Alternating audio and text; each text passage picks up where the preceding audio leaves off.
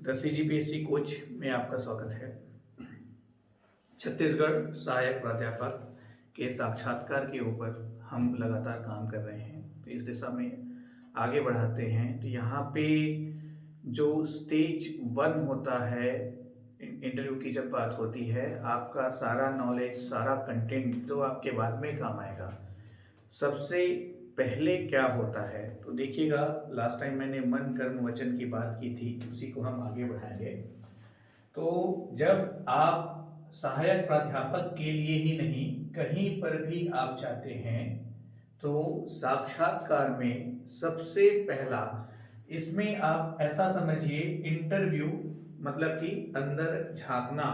तो आपके अंदर जो भी आपके सकारात्मक और नकारात्मक पहलू हैं, उसको एक इंटरव्यूअर जानने का प्रयास करता है और वो महसूस करता है कि आपके जो सकारात्मक पहलू हैं वो उस पद और उस उत्तरदायित्व के लायक है या नहीं।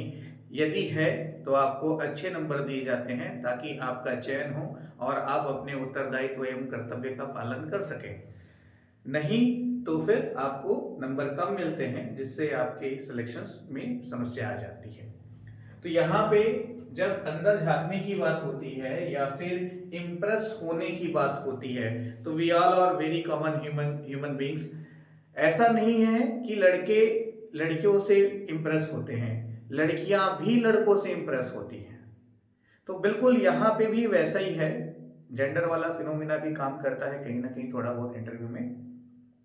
तो जहां पे बात इम्प्रेस की होती है, तो आप किसी से इम्प्रेस होते हैं सबसे पहले उसके लिबास से, उसके पहनावे से, उसके गेटअप से। तो यहाँ पे जब भी आप इंटरव्यू के लिए जाएं, तो आपको पहला जो पॉइंट है वो यहाँ पे फोकस करना है। असिस्टेंट प्रोफेसर के लिए बहुत सामान्य सी बात है, इसके बारे में आप सभी जानते हैं, मैं ऐसा समझता हूं, फिर भी मेरा उत्तरदायित्व है कि एक बार मैं आपको जरूर इस बारे में बताऊं। लिबास जो है बिल्कुल सामान्य रखें, बहुत ज्यादा तड़क भड़क ना हो, और कोशिश करें कि लिबास का जो रंग है वो गहरी प्रवृत्ति का हो, क्योंकि कोई भी गहरा रंग जो है आपके गंभीरता को प्रदर्शित करता है, ऐसा मेरा अनुभव है। सामान्य लिबास हो, तड़क भड़क वाला ना हो, for male also for female also, दोनों के लिए ध्यान में रखिएगा। अब यहाँ पर एक बात जो पिछले 2 वर्ष में लोक सेवा आयोग में इंटरव्यू के दौरान मैंने महसूस की, मैंने अपने आंखों से देखा है। क्या? सपोज दैट 12 फरवरी को आपका इंटरव्यू है, तो होता क्या है, 11 फरवरी को आपका डॉक्यूमेंटेशन होता है, मतलब आपके सारे पेपर सबमिट होते हैं, और पेपर सबमिट होने के बाद नेक्स्ट डे आपका इंटरव्यू होता है। तो पिछले 2 वर्षों में जो मेरा अनुभव रहा इंटरव्यू के दौरान, 11 फरवरी को जब कैंडिडेट्स डॉक्यूमेंटेशन के लिए आते हैं, तो जैसा पाए वैसे ही आ जाते हैं। मीन्स खाली टी शर्ट पहन के आ गए, शेविंग नहीं किया हुआ है, स्लीपर में लोक सेवा आयोग में इंटर कर दिया, चारों तरफ वहां पे सीसीटीवी कैमरे लगे हुए हैं। जो आपके इंटरव्यूअर ऑफिसर्स हैं वो अपनी जरूरत के हिसाब से बीच में आसपास घूमते रहते हैं, वो आपको देखते हैं। सेकेंड डे वो चेहरा इंटरव्यू बोर्ड के सामने जब होता है, तो इसके पहले आपको जो देखा हुआ फेस है वो उनके सामने आ जाता है, वहां से एक नेगेटिव इमेज आपकी क्रिएट हो जाती है। तो मेरा आप लोगों को रिक्वेस्ट है, सजेशन है कि आप डॉक्यूमेंटेशन के लिए भी जाएं तो अपने पहनावे का, अपने लिबास का पूरा ख्याल रखें, सामान्य हो और आपकी गंभीरता को प्रदर्शित करने वाला हो, आपके उत्तरदायित्व क्षमता को प्रदर्शित करने वाला हो। ये सबसे पहला पॉइंट है। तो जब हम किसी से इंप्रेस होते हैं तो पहले उसके कपड़े से, उसके पहनावे से, उसके गेटअप से इंप्रेस होते हैं। सपोज दैट ऐसा हुआ कि ये ज्यादा मायने नहीं रखा, तो फिर, या फिर मायने रखता है तो भी, इसके बाद जो है उस व्यक्ति के विचार एवं व्यवहार से हम प्रभावित होते हैं। विचार एवं व्यवहार, है ना भाई? तो ये विचार और व्यवहार की जो बात आएगी, यहीं पर आपका इंटरव्यू है, आपका साक्षात्कार है, जिसमें अनेक अलग अलग बातों पे आपसे चर्चा होगी, इंटरव्यूअर आपसे बात करेगा। तो विचार व्यवहार की जब बात आती है, तो यहां पर जैसे कि एक इंटरव्यू बोर्ड होता है, service selection board. Service selection board जो है OLQ के स्टैंडर्ड के बेसिस पे इंडियन डिफेंस सर्विसेज में ऑफिसर्स का सिलेक्शन करता है। तो सर्विस सिलेक्शन बोर्ड का जो इंटरव्यू कॉन्सेप्ट है वो 3 चीजों पे बेस्ड होता है, मन, कर्म और वचन।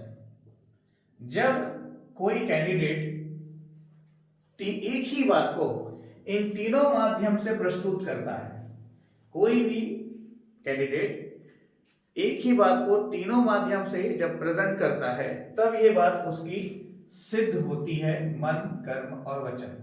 जैसे कि एक सामान्य सा उदाहरण मैं आपको देता हूं, WAT वर्ड एसोसिएशन टेस्ट। इस टेस्ट के अंतर्गत SSB बोर्ड में 60 इंग्लिश लैंग्वेज के वर्ड्स आपको दिए जाते हैं।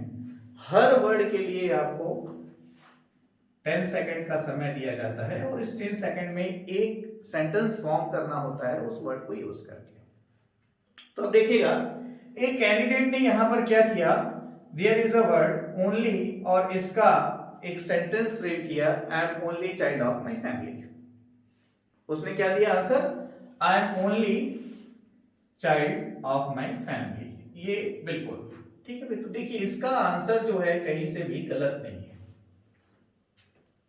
अब देखिएगा जब उसी SSB बोर्ड के अंतर्गत उससे पूछा गया what about your family, share something about your family, तो जब उससे अबाउट फैमिली पूछा गया तो उसने क्या बताया अपनी फैमिली के बारे में कि मेरे परिवार में मेरे पिता, मेरे माताजी, मेरी एक छोटी बहन और मैं स्वयं 4 लोग हैं, हम 4 सदस्य हैं।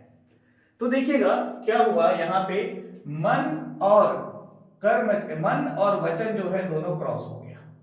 सेंटेंस फ्रेमिंग में उसके मन में क्या आया, आई am only child of my family, जबकि वास्तविकता क्या है, उसकी फैमिली में उसके अलावा एक उसकी बहन भी है।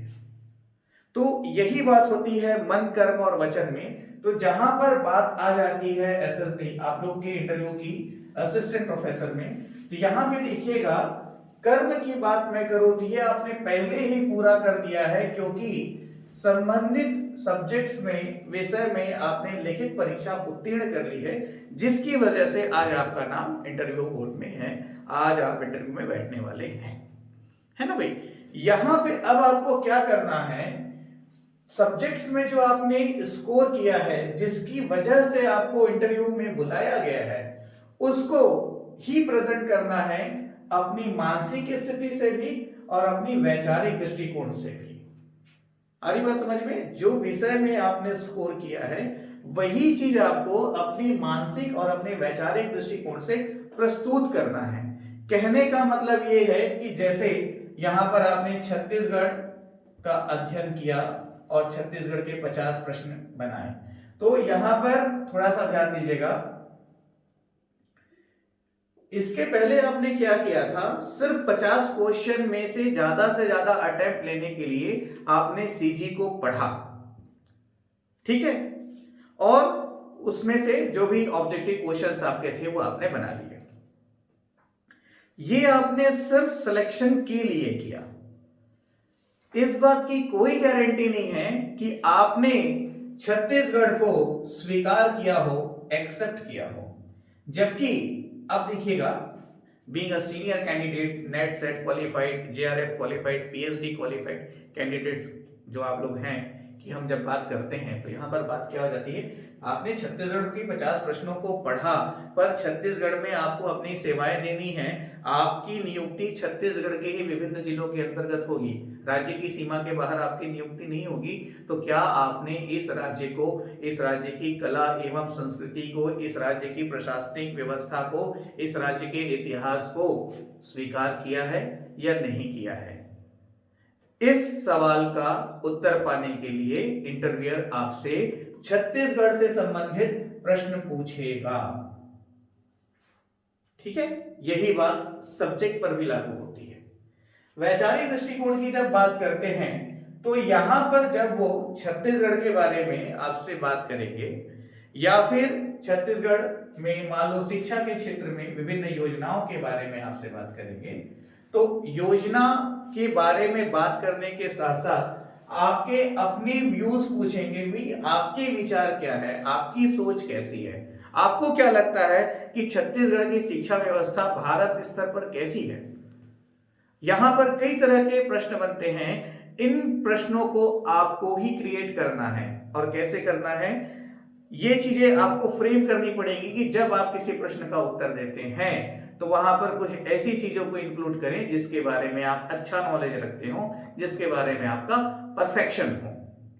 तो यहां पर इस चीज का पूरा ख्याल रखिएगा कि मन, कर्म और वचन, ये तीनों का जो कॉम्बिनेशन है वो एक जैसा नजर आना चाहिए। बनावटीपन का कोई रोल नहीं है।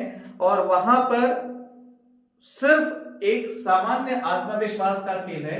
यहां पर कहीं पे भी ऐसा नहीं है कि आपको रिजेक्ट करना है। देखिएगा, इंटरव्यू की जब बात होती है ना, तो कोई भी इंटरव्यूअर दो दृष्टिकोण रखते हुए आपका साक्षात्कार लेता है। दो दृष्टिकोण को रखता है। अब ये दो दृष्टिकोण कौन से हैं समझिएगा। कोई भी व्यक्ति आपका इंटरव्यू लेता है तो उसके मूलतः दो उद्देश्य होते हैं।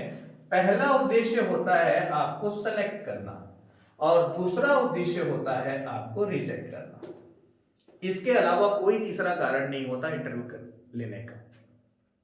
लेकिन वह व्यक्ति आपको सेलेक्ट करने के लिए आपका इंटरव्यू ले रहा है या आपको रिजेक्ट करने के लिए आपका इंटरव्यू ले रहा है, ये वह उसी समय डिसाइड कर लेता है जब आप साक्षात्कार कक्ष में प्रवेश करके चेयर पे बैठते हैं, विश करते हैं। उसी समय वो डिसाइड कर लेता है मन में कि वो आपको सेलेक्ट करने के लिए आपसे बात करेगा या आपको रिजेक्ट करने के लिए आपसे बात करेगा।